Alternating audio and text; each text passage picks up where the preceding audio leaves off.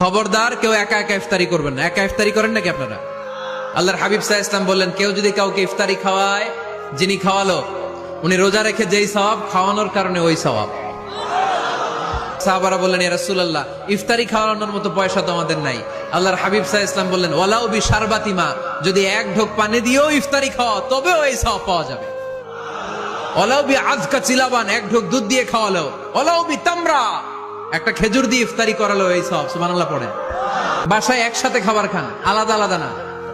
কিভাবে? একসাথে। যদি একান্নবর্তী ফ্যামিলি হয়, ভাই বোন চাচা মামা একসাথে, তাহলে ছেলে মেয়েরা একসাথে বসবেন না। ছেলেরা সবাই একসাথে, তাদের খাওয়া শেষ, এরপরে মেয়েরা সবাই একসাথে। আর যদি নিজের ফ্যামিলি, স্বামী স্ত্রী ছেলে মেয়ে, তাহলে সবাই মিলে একসাথে খাবেন। খাবেন কোন হাতে? বাম হাতে নাকি? আওয়াজ করে কোন হাতে? আল্লাহর হাবিব বলেছেন, লা তাকুলু বিশিমাল, বা হাতে খেও না, ফা ইন্না শাইতানা ইয়াকুলু বিশিমাল, কারণ শয়তান খায় বা হাতে। আমরা খাই কোন হাতে? ডান হাতে। খাওয়ার শুরুতে কি পড়বো? খাওয়ার পরে কি পড়বো? মনে থাকবে? বাচ্চারা উল্টা কাজ করতে পছন্দ করে বেশি। দেখবেন বাচ্চারা ডাইন পায়ের জুতা পরে বাম পায়ে, বাম পায়েরটা পরে। আমার মেয়ে সব সময় এটা করবে। আমি জুতা পরাই দিলে ঠিক, নিজে পড়লে বাম পায়েরটা দেয় ডান পায়ে, ডান পায়েরটা দেয় বাম পায়ে, আর গ্লাস ধরবে বাঁ হাতে, যতক্ষণ আমি না ঠিক করে দিব। এবং বিসমিল্লাহ বলতে ওরা ভুলে যায়, বারবার স্মরণ করিয়ে দিবেন, বারবার বারবার। এখন ওর মস্তিষ্ক নরম আর উর্বর, ভেরি ফার্টাইল ওদের মস্তিষ্ক। যেইটাই ঢুকাবেন, এখন সফটওয়্যার হিসেবে যেটা ইনস্টল করবেন ওটা আজীবন থাকবে। চিল্লায় বলেন ঠিক কিনা?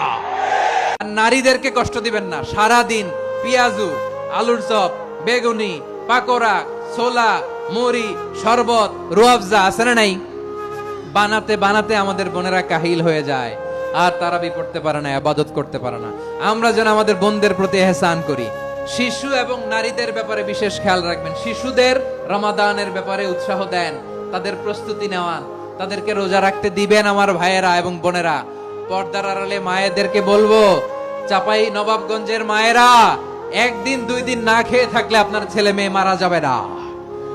ওদেরকে উৎসাহিত করেন, ওদের ছোট্ট যারা রাখতে দেন, বলেন যে বাবা, সকাল থেকে দুপুর পর্যন্ত না খেয়ে থাকলে তোমার অর্ধেক রোজা, এরকম 2 দিন অর্ধেক মিলে তোমার 1 রোজা। এরকম আমি কত রোজা রাখছি ছোটবেলায়, কোনো হিসাবই নাই। আমার দাদি বলতো, সকাল থেকে না খেয়ে দুপুর 12টা পর্যন্ত রাখলে নাকি অর্ধেক হয়, এরপরের দিন অর্ধেক, 2 অর্ধেক মিলে 1 রোজা। এটাতে আসলে রোজা হয় না, কিন্তু তাকে উৎসাহ দেয়া। ইফতার প্রোগ্রামগুলোতে নিবেন আমাদের বাচ্চাদেরকে, দেখবেন যে ওর ক্ষুধা লাগতেছে, খায় না, কারণ কেউ খায় না। একজন আজান দিচ্ছে, সবাই খেজুর নিয়ে ইফতার করতেছে। এই দৃশ্য, এই ট্র্যাডিশন, এই ইবাদত, এই তারবিয়া ওর আগামীর জীবনটাকে সুন্দর করবে। চিল্লায় বলেন ঠিক কিনা? এভাবে আগামীর প্রজন্মকে আমাদের গড়তে হবে। শিশুদের রোজার ব্যাপারে প্রস্তুতি নিন, উৎসাহ দিন।